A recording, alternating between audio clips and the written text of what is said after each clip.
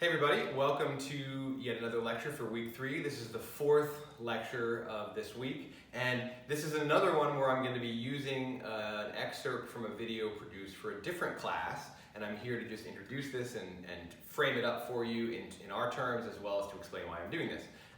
This is a lecture that I actually produced here in this room not too terribly long ago for class in interest groups, and actually there's a few of you in this media opinion and voting class who are also in Poli-Sci 417, the interest groups class. If you've seen this lecture, and I hope you have, on interest group influence in elections, feel free to just skip ahead because you've already seen it. But it couldn't hurt to watch it or listen to it again.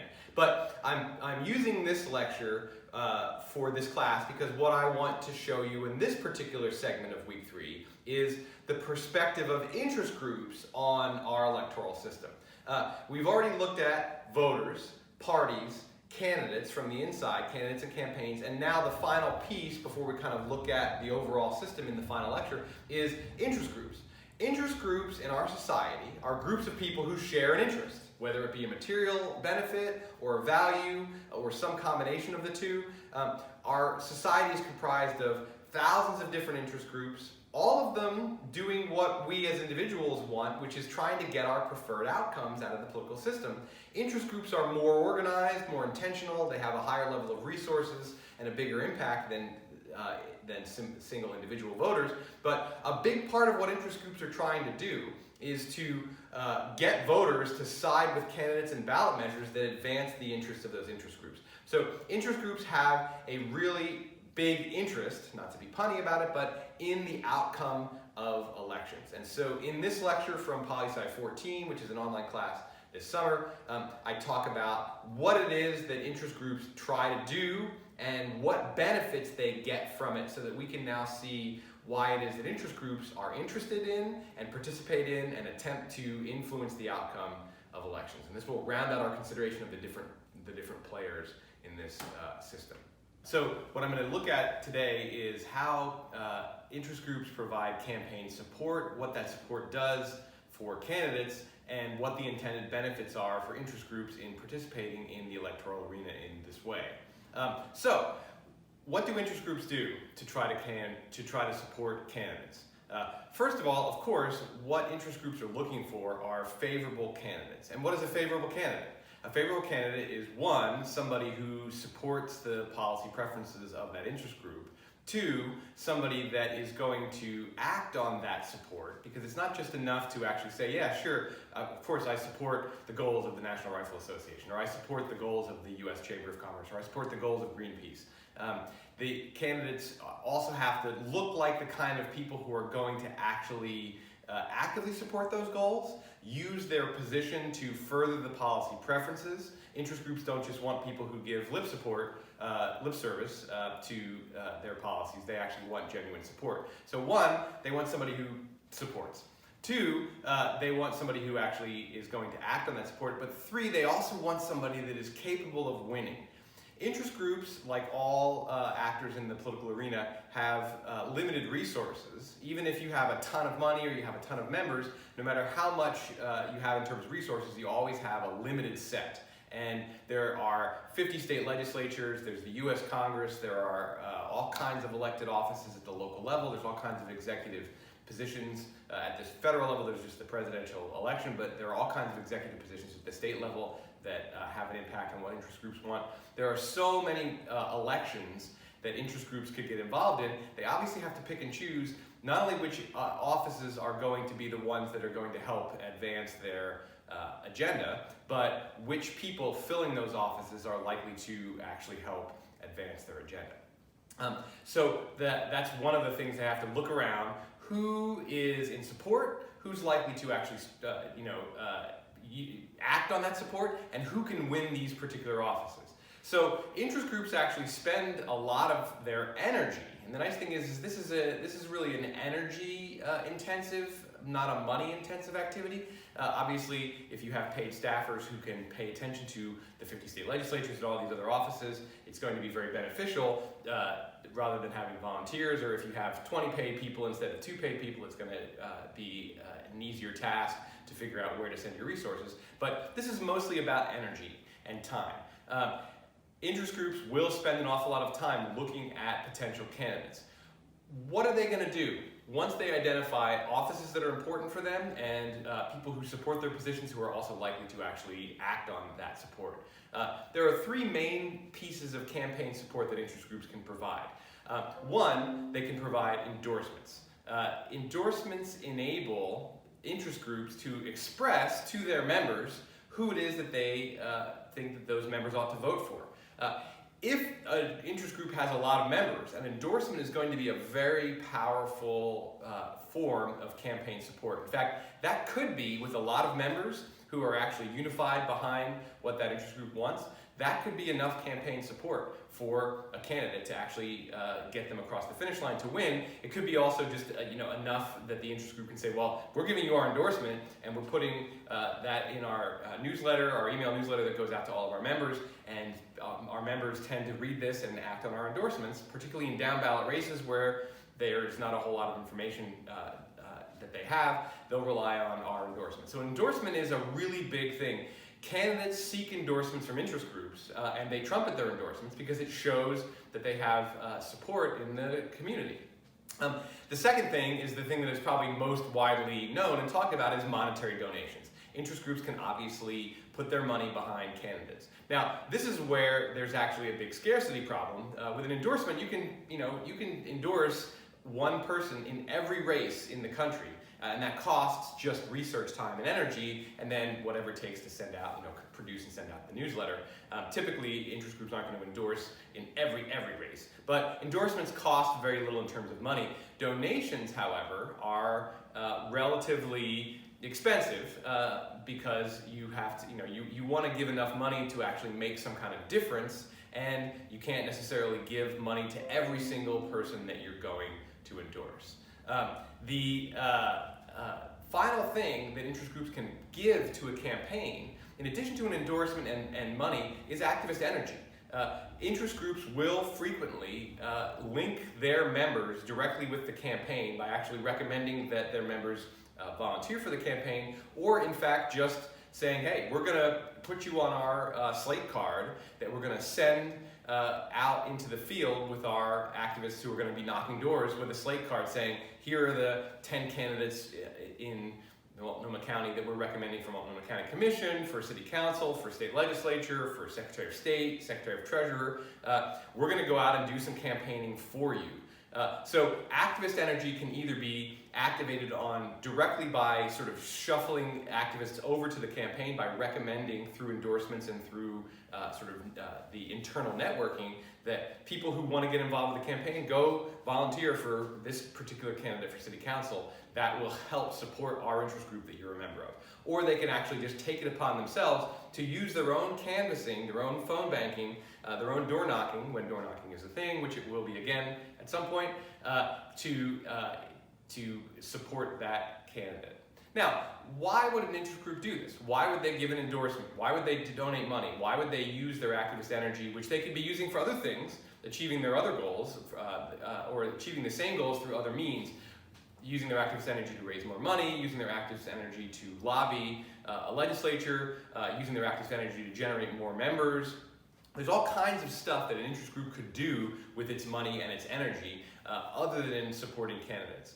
So when they choose to use these resources for campaigns, and not every interest group will put a lot of their resources into campaigns. Some are all in for campaigns and then they kind of leave it from there. Others put a little energy into campaigns, some put none at all. But those who put some or a lot of their resources into the electoral arena are seeking a number of benefits, right? They're doing this for their own purposes. And an interest group, an organized interest group, is organized to advance that group's policy preferences.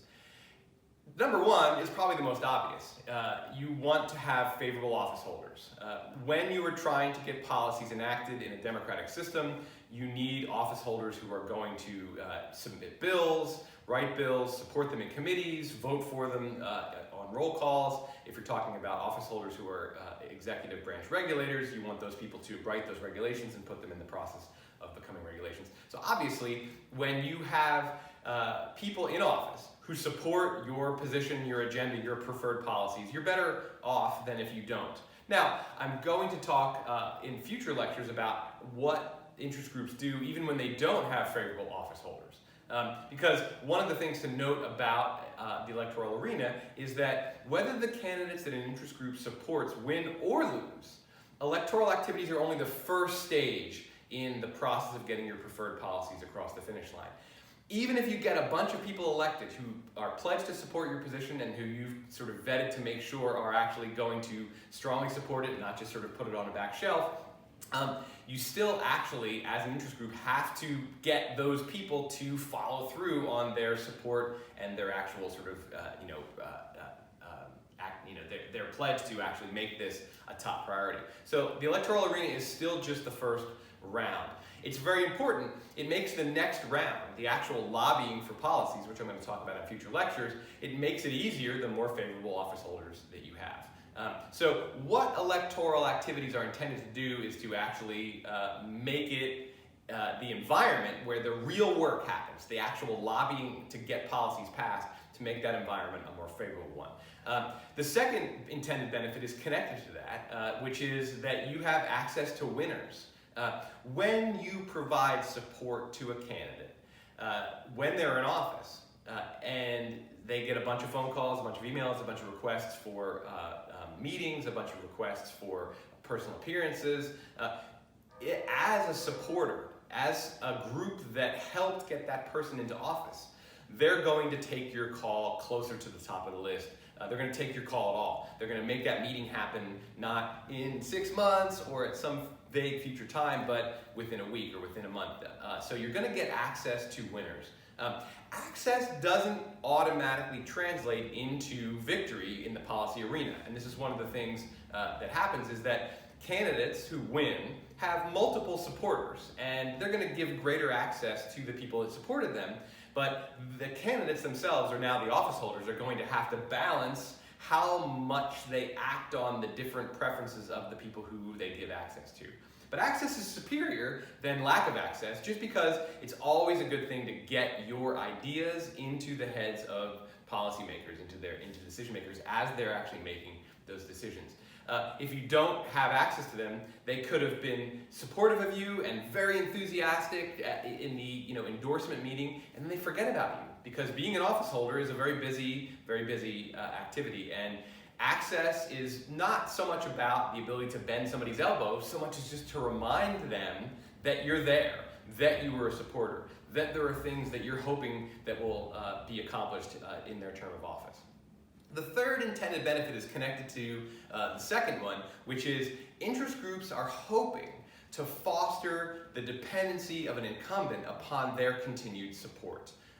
One of the things about policy making is that typically it's a long-term process. If you're an interest group that wants a particular policy and you get a bunch of people elected who support your policy, you're probably not going to get that policy enacted within the first year or even the first 2 years. You're looking to foster long-term relationships. Also, you have a variety, as an interest group, you have a variety of preferred policies, and you also know that even if you have a win today, you're going to want a new win 5 years from now. So you're looking, as interest group leaders, to foster these long-term relationships that will continue to pay off. Long-term relationships are actually better than short-term relationships because there's a closer connection. When you have access to the winners, if you have been supporting that incumbent for 10 years, not only are you going to have greater access than people who have only been supporting for 2 or 4 years, but they're going to be used to your priorities. They're going to be used to thinking about your issues, and they're going to be keyed to the long-term support that you have provided for them. A lot of times I like to flip the sort of viewpoint on politics from the group I'm studying, in this case interest groups, to a group they're interacting with, office holders. Think about this from the perspective of somebody who is an office holder, who is an elected official. If you're an elected official, you got into politics to do something. You didn't just get into politics for the power, fame, and money, because even though there's some of those available, really, you get into politics, most people get into politics, not 100%, but most people get into politics to do good in the world. quickly you realize, if you didn't know this already when you actually went in, but you quickly realize that in order to make a difference in the world, in order to get the things done that are important to you, that have you in this political arena, that subject your family to elections, that put you in this job that is very difficult and time-consuming, in order to get the stuff done that got you into it, you have to keep winning. You can't just win once and get a policy victory and be like, did it, ting, punch your card and move back to the private sector. Some people actually get into office and realize, oh, this is a lot harder than I thought. Those people tend to get out, or they adapt their expectations. But office holders, people who have had to run for office, know that in order to have an impact, they have to get reelected. And even if you have a quick success, you get elected on a platform and you enact a policy that was one of your promises really quickly, that's going to give you a taste for victory, and you're going to say, oh, I could get stuff done, I could get more done, right? Politicians want to win re-election, not just because they want to have the same position and a secure position and power and all that security. They want to continue getting re-elected because they want to get more and more stuff done. Seniority is very important, particularly in legislatures. Committee chair positions are really important. These don't come automatically or quickly upon being elected. So as an elected official, you need to get re-elected. Elections are a real pain, particularly if you're on a short electoral cycle. If you're on a 2-year electoral cycle, like members of the House of Representatives, members of many state legislatures, you're on a 2-year election cycle, you basically have to start compiling resources for your re-election campaign pretty much as soon as you take office. Now, time is a scarce resource for everybody, and it's particularly a scarce resource for office holders who, there's only a 24-hour day, there's only so many days in the 2-year or 4-year term that you have. You have to sleep, you have to spend time with your family, you have to engage in all of the sort of things that keep you whole and sane as a person, and then you have to divide your time between your legislative activities and your re-election activities. If you can spend less time on your re-election activities, you will be grateful. And in fact, this is where fostering dependency of incumbents comes in as a potential benefit for interest groups. If you as an interest group can provide the kind of resources without the office holder having to go out there and scrounge them up themselves, that will help their re-election campaign. If you can say, hey, yeah, you're going to get these donations next time, and you're going to continue to get our endorsement, and we're going to lend our activist energy to your campaign. We're going to make sure your name is out there so that you have the name recognition. We're going to help get you re-elected with minimal effort on your part. You will be very grateful, because what that means is that now you can spend more of your time doing the thing that you ran for office to do, which is, write bills, be in committees, forge coalitions and relationships that will allow you to get voters, other members of the legislature to vote for the things that you want. The more time you as an office holder have to actually do the job that you got elected to do, the happier you're going to be, because you're going to be more successful. So, naturally, anybody who helps you do that obnoxious job of having to compile resources to run for re-election, helps you do that job more quickly, you're going to be grateful to them. You're also going to be much more likely to listen to their priorities. You're going to give them greater access. If somebody saves you time, you're going to be extremely grateful to them. And so I would say one of the biggest benefits that interest groups look for is forming these long-term relationships and fostering the dependency of incumbents upon their continued support. Because if you can get incumbents dependent on your support, then you actually have leverage and say, hey, you've been in office now 6 years, you're running for a 4th term, and we want to support you, but we haven't seen enough action on your part to support and advance our priorities. So now's the time, right? We've been solid backers of you, and incumbents now say you've won 3 successful races, and you're looking at the people who supported you, and they're maybe shaky in their future support, and they're even possibly saying, well, there's somebody else who's more energetic who we could support instead of you. You're gonna be like, oh no, okay, that thing that you wanted me to do, I'm gonna move that closer to the top of my priorities. And now that I'm coming up for my 4th term, I'm going to get the chairmanship of this committee, I'm going to be able to advance this bill, and I'm going to be able to make sure that obnoxious amendments that you want don't get attached to it. And I have relationships with other legislators. Good, I have the ability now. So interest groups understand that politics is a long game. They understand that long-term relationships are important. And so a big part of their campaign support is to get favorable office holders, get winners, but to get access, but to build these long-term mutually supportive relationships. It's a mutually supportive relationship.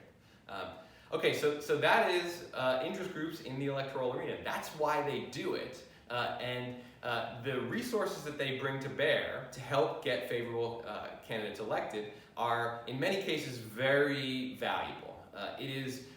You'll see with all the discussion of lobbying techniques, it's always going to be easier to successfully lobby people who initially supported your position. Doesn't mean that you're doomed if your candidates lose and some other people win. It's just a much bigger hill to climb to get your policy preferences enacted if you don't have favorable people. If you don't have people that you supported. Maybe the winners are from a party that would tend to support your view. If you're a Greenpeace activist, you want more Democrats rather than more Republicans. But if a bunch of Democrats win who you haven't supported, your organization hasn't supported, they're not going to grant you a lot of access. They're not necessarily going to think of you as important to their re-election prospects. So you not only want winners, you want close relationships, but the ability to forge and maintain those relationships begins with electoral support, but it doesn't end there. And even if there are people who you didn't support, in fact, people who you supported their opponents, that doesn't mean that there aren't things that you as an interest group can't do to successfully lobby, and that will be the topic of the next lecture.